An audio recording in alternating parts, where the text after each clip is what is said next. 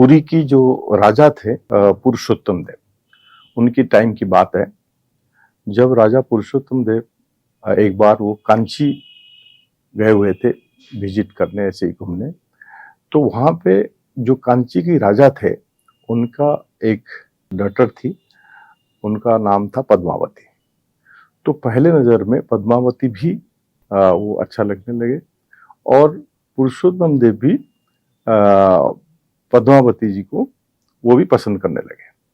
तो फिर जब वापस आए तो इनका ये रहा कि वहां पे जब बात हुई तो इन्होंने कहा कि आपस में वो शादी करेंगे। तो ये बात हुई तो फिर ये वापस अपना पुरी आ गए अपने राजमहल में। तो अब क्या हुआ कि हर साल की तरह इस साल भी रथ यात्रा शुरू हुआ।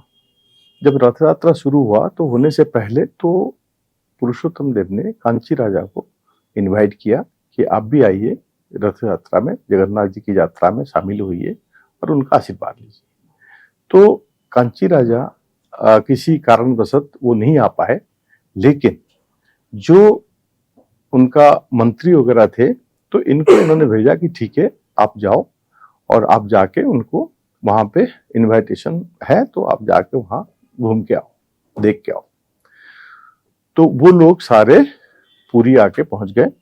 तो रथ यात्रा शुरू हुआ। तो जब रथ यात्रा होता है, जब तीनों देवता जैसे जगन्नाथ, बलभद्र, सुभद्रा जब रथ में आ जाते हैं तो वहां पे रथ जब जाने से पहले तो महाराजा एक्चुअली छेरा पहरा बोलते हैं इसको, छेरा पहरा करते हैं, मतलब वो झाड़ू लगाते हैं। पहले रथ के चारों तरफ झाड़ू लगाते हैं। झाड़ू लगाने के बाद, सफाई करने के बाद फिर वो रिचुअल्स होता है। उसके बाद रथ यात्रा शुरू होता है, रथ पे चलने लगते हैं। तो जब ये झाड़ू लगा रहे थे तब वो कांची राजा के जो मिनिस्टर वगैरह थे, मंत्री वगैरह, ये देख के इन्होंने कहा ये तो एक लो कास्ट का है, क्योंकि उस दौरान एक झाड़ू लगाना सबसे निचली जाति का होता था। तो इसीलिए तो हम अपना प्रिंसेस पद्मावती जी की शादी इनके साथ कैसे करा सकते हैं, तो ये तो बहुत अपराध हो जाएगा। तो इसीलिए ये फटाफट वहां बीच में से रथ यात्रा से निकल गए वापस और कांची राजा को बोल दिए कि ऐसे ऐसे है। तो वो तो एक मेहनतर है, मतलब जो झाड़ू लगाते हैं, जो सबसे निचली कास्ट का है और वो काम कर रहे हैं, तो इसीलिए उनके साथ शादी नहीं हो सकती। तो राजा, कांची राजा भी गुस्से में आ गए। तो इन्होंने शादी तोड़ दिया और इन्होंने बोला कि नहीं, इन्होंने क्या किया कि हम पुरुषोत्तम देव के साथ इनकी शादी नहीं करेंगे। तो फिर इन्होंने अपना एक स्वयंवर रखा। स्वयंवर में सबको इन्होंने बुलाया, लेकिन पुरुषोत्तम देव को नहीं बुलाया। तो जब पुरुषोत्तम देव को नहीं बुलाया तो पुरुषोत्तम देव बड़े गुस्से में आ गए। तो इन्होंने कहा कि ठीक है, तो मुझे नहीं बुलाया। तो इन्होंने क्या किया, गुस्से में इन्होंने कांची राज्य में आक्रमण कर दिया। तो जब आक्रमण किया तो वहां पे बहुत बुरी तरीके से युद्ध भी हुआ, सब कुछ हुआ, लेकिन आखिरी में पुरुषोत्तम देव हार गए। तो हार के तो वापस आए। जब वापस आए तो बड़े दुखी के साथ वो मंदिर में गए और जगन्नाथ जी के पास और इनको प्रार्थना किया कि हे जगन्नाथ, मैं आपका इतना बड़ा सेवक हूं, आप मेरा लाज नहीं रखे तो मैं ऐसे कैसे हार सकता हूं।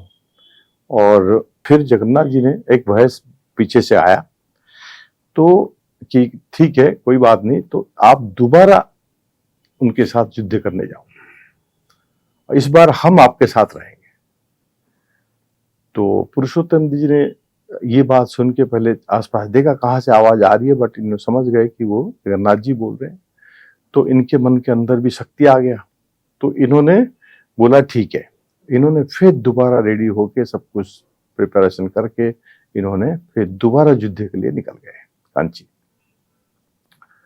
तो इतने में वहां पे जाने से पहले बहुत चले गए और यहाँ जगन्नाथ जी और बलभद्र जी, दो घोड़े, एक काला और एक व्हाइट, दोनों काले और व्हाइट घोड़े में जा रहे हैं वहां कांची की तरफ, एक सोल्जर के हिसाब से जा रहे हैं। तो बीच में रास्ते में एक लेडी जो है वो कुछ एक धूप की मतलब गर्मी बहुत थी, तो वहां पे कुछ वो पीने के लिए दूध वगैरह या दही वगैरह तो वो लेके जा रही थी। तो इन्होंने घोड़ा रोका और उसको जाके, उसका नाम था माणिक, तो इन्होंने बोला कि आप हमें कुछ पीने के लिए दो। तो इन्होंने 2 मटका इनको पीने के लिए दिया, दोनों ने पिया। पीने के बाद जब उसने मांगा पैसे कि हमें इसका मूल्य दो, तो उनके पास तो पैसे था नहीं, तो इन्होंने अपने जगन्नाथ जी अपने अंगूठी निकाल के उनको दे दिया कि आप ये रखो। कल जब पुरुषोत्तम देव जब पुरी की राजा यहाँ जीतने के बाद जब वापस आएंगे, आप इनको रास्ते में ये दिखाना और वो आपको जो आपका प्राप्य है वो आपको दे देंगे। तो देके वो चले गए। तो नेक्स्ट डे क्या हुआ, ऐसे ही जैसे जगन्नाथ जी ने बोला था, तो ऐसे ही पुरुषोत्तम देव वहां जीत होने के बाद तो फिर इन्होंने वापस आए। तो रास्ते में ये जो लेडी थी, तो इसने माणिक थी उसने रुकाया कि रुकिए कि मेरा प्राप्य मुझे लेना है। तो पुरुषोत्तम जी वहां रुके, तो जब पूछा तो इन्होंने बोला ऐसे ऐसे है, दो आके हमारे से पिए, और इन्होंने ये दे गए कि आपको देने के लिए। तो जब पुरुषोत्तम जी ने जब वो रिंग को देखा, तो फिर इनको समझ आ गया कि ये जगन्नाथ जी ही है। तो फिर इनको समझ आ गया था, तो फिर इन्होंने जो भी इनको देके बड़ा मतलब भगवान का प्रार्थना भी की, और उन्होंने उनका समझ गए कि वो युद्ध क्षेत्र में सोल्जर के हिसाब से ये हमारे साथ थे, और फिर इनका जीत भी हुई। तो फिर इन्होंने पद्मावती और उनकी जो राजा थे उनके फादर, दोनों को बंदी बना के पुरी ले आए। और इन्होंने गुस्से में बोला कि अब पद्मावती जी का जो शादी होगी, वाकई में एक झाड़ू लगाने वाला जो होगा जो कास्ट का, उसी के साथ ही इसका शादी कराई जाएगी। तो उनके राजा जो थे वो रोते रहे, लेकिन वो कुछ कर नहीं पाते, मतलब बेबस थे। तो इनको बंदी बना के रखा गया। इन्होंने क्या किया कि अपना मंत्री को बुलाया कि आप जल्दी से जल्दी एक योग्य जो झाड़ू वाला है, जो उसका आप चयन करके लाइए, सिलेक्शन करिए, तो पद्मावती का शादी उन्हीं के साथ ही करेंगे। तो मंत्री भी अंदर ही अंदर सोचता रहा कि कैसे करें, तो अब इतना प्रिंसेस का शादी एक ऐसे आदमी से कैसे कराया जाए। तो बड़ा असमझ से में रहे, मतलब कंफ्यूजन में रहे, तो क्या करे। फिर इन्होंने शांत रहे, इन्होंने बोला ठीक है। तो बीच बीच में पुरुषोत्तम देव जी पूछते रहे कि क्या हुआ, मिला कि नहीं मिला। तो मंत्री जी बोलते रहे कि नहीं, वो उनके लिए योग्य जो झाड़ू मारने वाला कोई योग्य व्यक्ति अभी तक मिला नहीं। तो फिर बाकी काम में सब लग जाते हैं, सब भूल गए। तो ऐसे करते करते फिर रथ यात्रा आ गया। जब रथ यात्रा आ गया तो फिर जगन्नाथ जी फिर अपने रथ पे आए, तो सारे सब अपने सब लीन हो गए सब भक्ति में।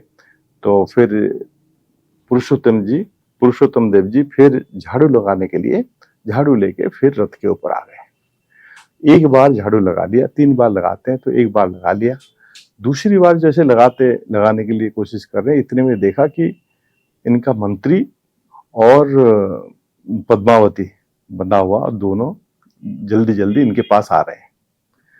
तो इन्होंने रुके और पूछा क्या हुआ। तो उन्होंने कहा कि अब मुझे इनके लिए, प्रिंसेस के लिए हमें योग्य वर मिल गया। तो फिर इन्होंने कहा कि अब ठीक है, मिल गया तो ठीक है, जब हमारा काम खत्म हो जाएगा, जगन्नाथ जी का रथ यात्रा हो जाएगा, तब हम कर देंगे। बोला नहीं नहीं, ऐसा नहीं है, अब योग्य वर तो यही है। बोला कैसे। बोला वो तो योग्य वर तो आप ही है, क्योंकि झाड़ू तो आप ही मार रहे हैं। अब इस परिस्थिति में आपसे योग्य कौन हो सकता है। तो इसीलिए उन प्रिंसेस के लिए आप ही योग्य वर है, जो इस वक्त झाड़ू मारने वाला, सबसे नीच काम करने वाला आदमी आप ही है। तो इसीलिए आपके साथ इन्होंने क्या किया, मंत्री जी ने वहीं से बात करते करते वहां पे अनाउंस कर दिया कि जगन्नाथ जी के सामने पुरुषोत्तम देव जी और पद्मावती जी का शादी होने वाली है।